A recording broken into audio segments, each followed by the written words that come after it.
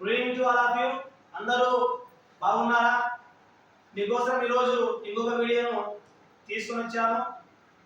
అది ఏంటి అంటే third chapter how to organism reproduce. దానికంటే ముందుగా సారీ ఏంటంటే ఫస్ట్ చాప్టర్ నుంచి మనకు ఉండేది 14 మార్క్స్, నేను 8 మార్క్స్ అని చెప్తున్నాను. Just correct. Okay right.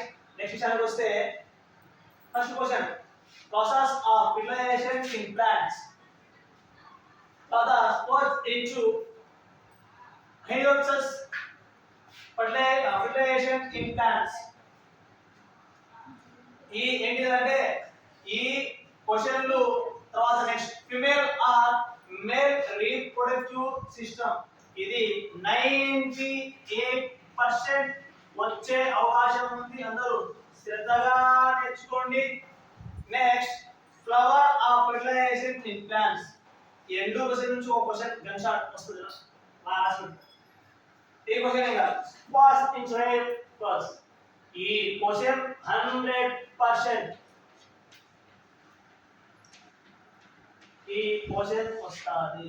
అందరూ ఈ వీడియోని సేవ్ చేసుకోండి, లైక్ చేయండి, షేర్ చేయండి, కామెంట్ చేయండి. దానికంటే ముందుగా మన ట్రిపుల్ గురించి మనకు తెలుసు కదా, వెరీ ర్యాపిడ్ రివిజన్. ఇంకా మీకు రోజు చెప్పాలని కాదు కదా, చెప్తున్నాము, అర్థం చేసుకొని. 16B ఏంటిదంటే ఇది వచ్చే క్వశ్చన్ నెంబర్ కూడా ఏంటి తెలుసా? 16B ఎక్కడ నీ ఎక్కడ పబ్లిక్ ఎగ్జామినేషన్ లో 16B. ఈరోజు మీకోసం ఒక మంచి మాట. ఈరోజు నువ్వు చేసిన ప్రతి పని ఏదో ఒక రోజు నువ్వు ఆ కష్టాన్ని అనుభవించక మానవు. అది 100కి 100 వాస్తవం. దానికి ఒకటే ఉదాహరణ ఏంటిదంటే ఒక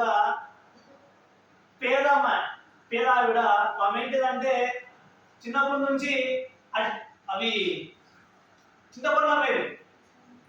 అవి అమ్మి ఏంటిదంటే ఆమె ఏం చేసేదంటే ఒక రాజుగారు ఒక రాజు ఆయన ఆ అమ్మాయిని పెళ్లి చేసుకున్నాడు, ఆ ఆవిడని పెళ్లి చేసుకున్నాడు. ఏంటిదంటే ఆ రాజు ఒకరోజు ఏంటిదంటే అలాగే వేరే ఆవిడ ఏంటిదంటే తల మీద బుట్టి పెట్టుకొని చింతపండ్లు అమ్ముతా ఉంటే అప్పుడు ఏంటిదంటే ఆ రాజుగారి ఆవిడ ఏంటిదని అలా ఒంగెట్టిగా ఉన్నాయి, ఆ పండ్ల పేరు ఏం పేరు ఏంటిదంటే చెప్పే విషయాన్ని తెలుసుకొని ఏంటిదంటే మనం ఈరోజు ఎలా ఉన్నాం. ఇదిగో ఈ చేయిలో పని చేస్తే ఈ చేయి వస్తుంది, గుర్తుపెట్టుకో. అసలు ఏంటిదంటే కొంచెం మంచిది స్ప్రెడ్ కావడానికి చాలా పడుతుంది, కానీ చెడు పాదరసంలా పాగుతుంది. ఆ విషయం మీకు తెలుసో తెలియదో, తెలిసిన వాడు లైక్ చేయండి, తెలియని వాడు షేర్ చేయండి, అన్ని తెలిసిన వాళ్ళు కామెంట్ చేయండి. బాయ్. ఈ చాప్టర్ నుంచి 1 + 2 + 4 + 8 15 మార్క్స్. బాయ్. జై హింద్. థాంక్యూ.